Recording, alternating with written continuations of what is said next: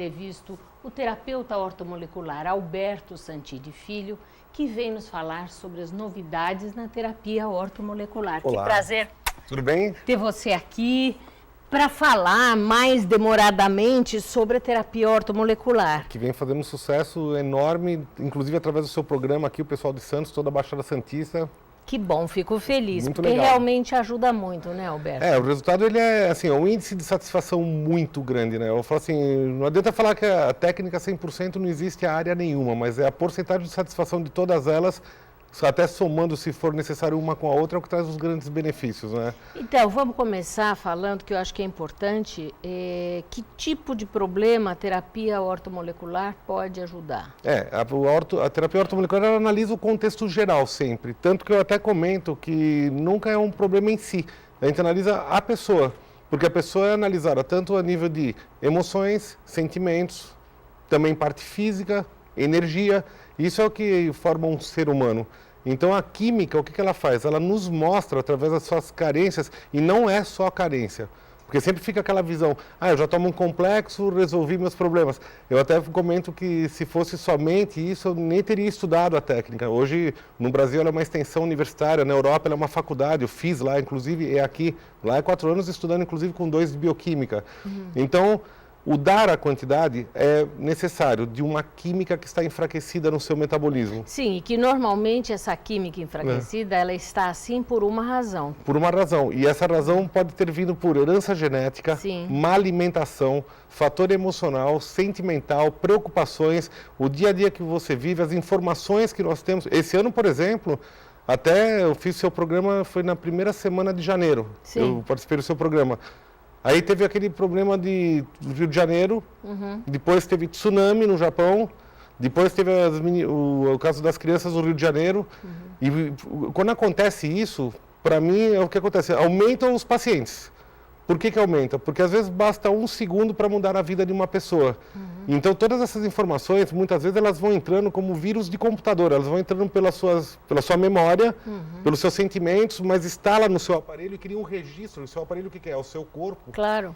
E ele começa a manifestar sintomas. Então a pessoa, às vezes, ela já vem com predisposições.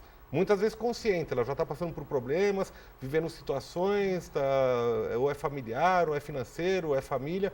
Aí, de repente, já vem somando. Aí acontece um detalhe, foi uma gota d'água. É o estopim, né? Então, eu vejo, por exemplo, síndromes de pânico, mesmo mães com inseguranças.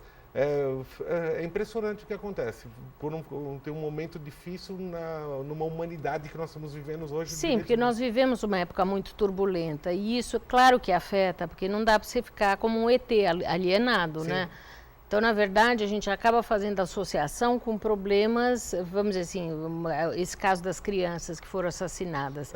Todo mundo tem filho na escola, então você já fica, meu Deus do céu, e se isso acontecesse, não é? Por isso que eu falo que já que a gente não... Eu faço comparação com a flor. Já que a gente não vai conseguir mudar o clima, vamos adubar o terreno para que essa flor fique forte para enfrentar as tempestades. É isso mesmo. Então, se eu for comparar isso com um tratamento, a visão de nutrir, que o nutriente eu encontro no alimento, embora não só desgaste pela má alimentação, por várias situações.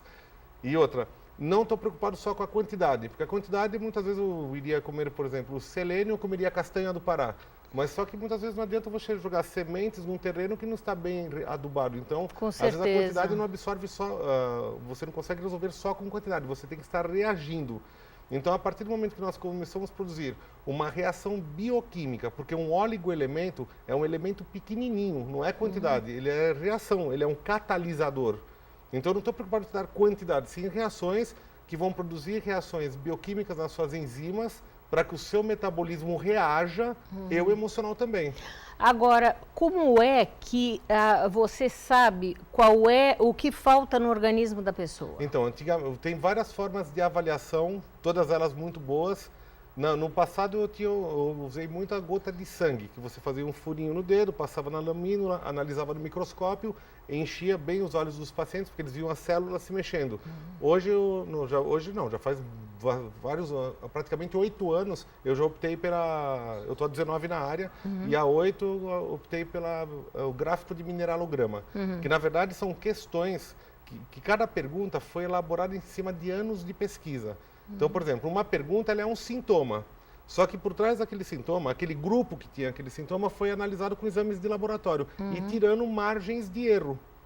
Porque, por exemplo, às vezes no sangue eu posso não ver que a pessoa se separou a semana passada num casamento. Às vezes um sangue pode ter, um cabelo pode ter um excesso de um elemento químico que não é meu, é de uma tintura, por exemplo. Então eles tiraram a margem de erro. Cada pergunta que eu faço, ela é um sintoma de um grupo que tem carência de algo, onde essa carência pode gerar outros sintomas. Então, às vezes, você faz uma perguntinha boba para a pessoa, só que você vai somando uma questão com a outra, são várias questões.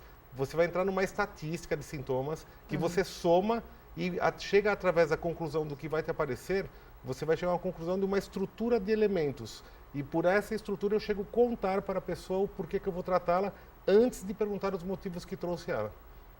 Vamos falar mais no nosso próximo bloco.